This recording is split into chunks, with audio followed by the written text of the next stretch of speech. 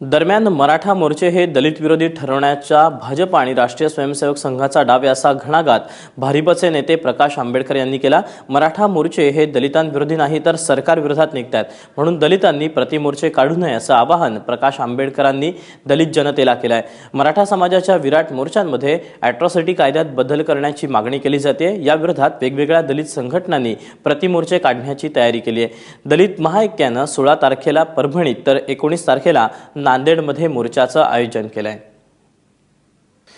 नेमकं काय म्हणलंय प्रकाश आंबेडकरांनी, त्यांच्याशी एक्सक्लुझिव्ह बातचीत केली आमचे प्रतिनिधी प्रशांत कदम यांनी। पाहूया। महाराष्ट्राच्या समाजीकरणात एक लक्षवेधी घटना घडतीये। एकापाठोपाठ एक मराठा मोर्चे निघतात आणि नेमकी ही घुसळण काय आहे, याच्या पाठीमागची खदखद काय आहे हे समजून घेण्याचा सगळेजण प्रयत्न करतात। प्रत्येकजण आपल्या परीने अर्थ लावतोय आणि आता आपल्यासोबत आहेत भारिप बहुजन महासंघाचे प्रकाश आंबेडकरजी। सर, काय नेमकं तुम्ही अर्थ लावता या मराठा मोर्चांचा, एकापाठोपाठ जे मोर्चे निघतात आणि काय कारण असावं? ते मला वाटतं एक गोष्ट आपण लक्षात घेतली पाहिजे की या सरकारने सहकार क्षेत्रामधला झालेला भ्रष्टाचार किंवा न झालेला भ्रष्टाचार याच्या मोठ्या प्रमाणात चौकशा सुरुवात केलेल्या आहेत आणि या चौकशाच्या माध्यमातून अनेक जणांना त्याची हीट ज्याला आपण म्हणतो ती जाणवायला लागलेली आहे। म्हणजे ही एक वस्तुस्थिती आहे की ज्याच्यामध्ये सहकार क्षेत्र हे असणारं मराठा समाजाकडे होतं, पण हे असलं तरी आमचा असणारा जो जुना आरोप होता तो आता पुन्हा मी ते असं रिपीट करतोय की हे सगळं सहकार क्षेत्र हे काही मराठा समाजाच्या हातात नव्हतं, तर ते फक्त 159 कुटुंब जे आहेत तेच ह्याच्या सहकार क्षेत्राचे मालक होते आणि आजही तेच आहे त्या ह्याच्यामध्ये संपूर्ण राज्य 159 अशी जी कुटुंब आहेत ते ह्या सहकार क्षेत्राचे मालक होते आणि त्यांच्याकडेच ही मालकी राहिलेली आहे अशी असणारी परिस्थिती आहे आणि हे एकमेकांचे नातेवाईक आहेत सगळे। त्याच्यामध्ये इतर मराठ्यांना येण्याची अजिबात मुभा नाही अशी असणारी परिस्थिती आहे। हा एक भाग झाला आहे। दुसरा भाग, खोपर्डीमधली असणारी घटना, एका मराठा समाजाच्या मुलीवरती 2 दलितांनी अत्याचार केला आणि त्याच्यामध्ये तिचा असणारा मृत्यू झाला। पण ह्या घटनेचं सगळ्यात मोठं हे म्हणजे की आंबेडकरी चळवळीच्याच कार्यकर्त्यांनी त्या दोघांना पकडलं आणि पोलिसांच्या स्वाधीन केलेलं आहे। दुसरं त्याच्यामधलं आहे की त्या मुलाचे जे आरोपी आहेत त्यांच्या आईवडिलांनी सांगितले की आम्ही त्यांना वाचवायला जाणार नाही आहोत आणि ही माझ्या अंदाज महाराष्ट्रातल्या एक घटना आहे की ज्याच्याबद्दलचा निषेध हा मराठा समाज त्या ठिकाणी असताना व्यक्त करतोय आणि तो व्यक्त करत असताना म्हणतो की अॅट्रॉसिटी ॲक्ट रद्द करण्यात यावी आणि मराठा समाजाला आरक्षण मिळावं असं त्या ठिकाणी म्हणतोय। आमचं सगळ्यांचं म्हणणं असं आहे की बाबासाहेबांनी या देशाची घटना दिली, अधिकार दिले लोकांना, मोर्चा काढण्याचाही अधिकार दिला आणि स्वतःचं म्हणणं मांडण्याचाही अधिकार दिला।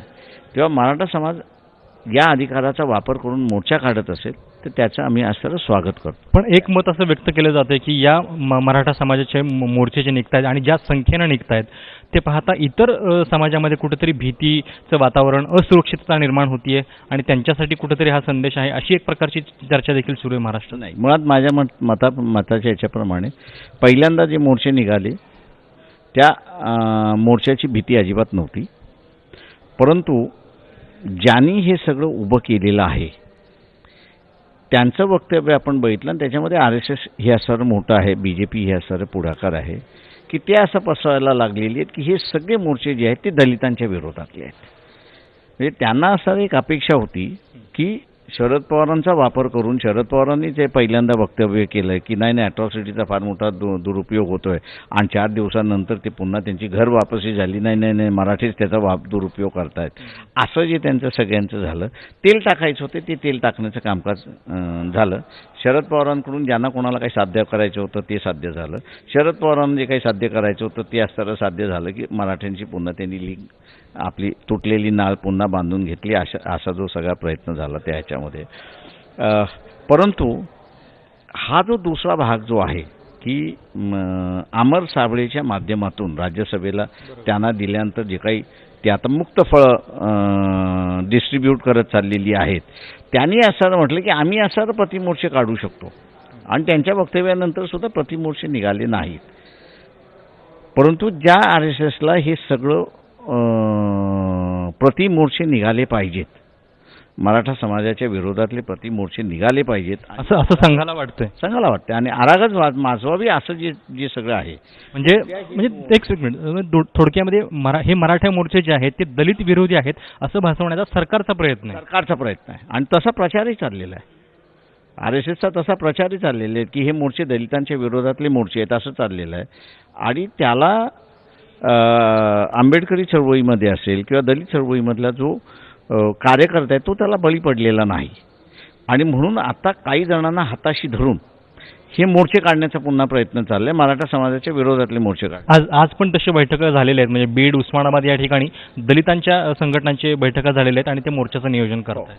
तेव्हा माझ्या बऱ्याच जणांशी असणारा संबंधित आहे. मी त्यांना सरळ सांगितलेलं आहे की तुम्ही हे जर मोर्चे काढणार असाल तर हे मोर्चे आम्ही काढा असं काही सांगितलेलं नाही, संघटनांनी निर्णय घेतलेला नाही. उलट ह्या मोर्चे काढू नयेत या मताचे आम्ही सगळेजण आहोत. आणि जर तरीही तुम्ही काढणार असाल हे मोर्चे तर एक लक्षात घ्या की तुमच्यावरती हा स्टॅम्प लागणार आहे की तुम्ही RSSचे आणि BJPचे बावले झालेले आहात. त्या ह्याच्यामध्ये ज्या कायद्याची चर्चा 4 महिन्यापूर्वी लोकसभेमध्ये झाली, मान्यता झाली, त्या ह्याच्यामध्ये महाराष्ट्राच्या राज्याला त्याच्यामध्ये काडी मात्रही इंटरफिअरन्स करता येत नाही. ही जेव्हा सगळ्यांना माहिती असताना तुम्ही हे प्रतिमोर्चे काढणार असाल तर ह्या प्रतिमोर्चा काढण्याचा तुमचा जो हेतू आहे तो दलितांचा दृष्टिकोन पुढे आणावा म्हणून नाही तर RSSला जी अरागसता माजवायची आहे त्याच्यामधले तुम्ही हस्तकात असंच तुमचं फक्त इमेज त्या ठिकाणी होणार आहे. आणि माझी अपेक्षा अशी आहे की गुडविल प्रिवेल होईल आणि हे सगळे मोर्चे निघणार नाही असं मला वाटतंय. पण मग हे सगळं होत असताना म्हणजे ज्या पद्धतीनं हे सगळं समाजमन ढवळून निघते मराठा समाजातलं, ते होत असताना दलित समाजानं किंवा इतर जातींनी याच्याकडे कसं बघावं? ते माझं म्हणणं असं की जसं भटक्यांचे आम्ही मोर्चे काढतो, दलितांचे आम्ही मोर्चे काढतो, आदिवासींचे मोर्चे काढतो, त्या प्रतिमोर्चे निघत नाहीत. तेव्हा याच्याकडे असताना मराठा समाजाचे मोर्चे जे आहेत ते सरकारच्या विरोधातले मोर्चे सरकारनं ते बघून घेईल. त्याच्यामुळे आपण लक्ष घालण्याचं काहीच कारण नाही आहे त्याच्यामध्ये. आता आपण ज्या ठिकाणी बोलतो तिथं पाठीमागे यशवंतराव चव्हाणांचा पुतळा आहे. बरोबर. आणि मराठा समाजावरती म्हणजे पहिल्यांदाच अशा पद्धतीनं रस्त्यावरती उतरण्याची वेळ आलेली आहे. म्हणजे कुठेतरी मराठा नेतृत्व देखील याला कारणीभूत आहे ना. माझं म्हणणं असं आहे की त्याच्यामध्ये आता किती खरं आहे किती खोटं आहे माहीत नाही मला. हे सरकारच सांगेल की किती जणांची त्यांनी इन्क्वायरी लावली आहे ही पहिल्यांदा त्यांनी आकडेवारी बाहेर काढावी. का ह्या ताबडतोब रिॲक्शन खोपर्डीला आली असती तर मी समजू शकलो असतो. ही रिॲक्शन एक 20 दिवसानंतर आलेली आहे. त्याच्यामुळे त्याच्यातलं राजकारण कळणारं नाही असं म्हटलं तर नाही. तर म्हणून मी अगोदर म्हणालो की जे इन्क्वायरी झालेले आहेत ते मराठे आणि ज्यांचा सहकार्याशी चळवळीचा नाही असं जो मराठा आहे त्या मराठ्याला ह्या सहकारातल्या चळवळीने वेठीस धरलेलं आहे. ही वस्तुस्थिती आहे. जे मी हे ज्यावेळेस आरक्षणाचा मुद्दा ज्यावेळेस त्या जुन्या काळी निघाला आणि त्यावेळेस मग हे सगळे छावा बिवा अमुक सगळ्या संघटना आहेत, या कुठल्याही संघटना त्या काळच्या मराठा समाजातल्या नेतृत्वाला वेठीस धरायला तयार नव्हत्या किंवा त्याच्याबद्दल ब्रही शब्द काढायला तयार नव्हतं. तर म्हटलं हे तुम्हाला कोण सिरियसली घेणार आहेत ह्या सगळ्या ह्याच्यामध्ये. तेव्हा आजच्या ह्याच्यामध्ये सुद्धा सर्वसामान्य मराठ्यांनी असणारा हा विचार केला पाहिजे की सहकारामधला जो काही भ्रष्टाचार झालेला आहे हा भ्रष्टाचार झाला नसता तर शेतकऱ्यावरती आत्महत्या करण्याची पाळी आलीच नसती. तेव्हा आत्महत्या करणाऱ्या लावणाऱ्याच्या पाठीमागे आपण उभं राहायचं का, हा गरीब मराठ्याने विचार करण्याची वेळ आलेली आहे असं मी त्यांना आवाहन करणार आहे.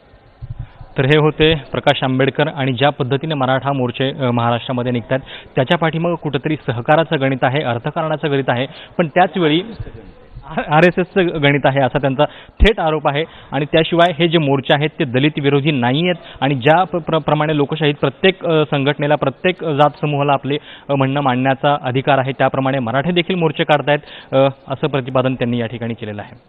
प्रशांत कदम, ABP माझा, नवी दिल्ली.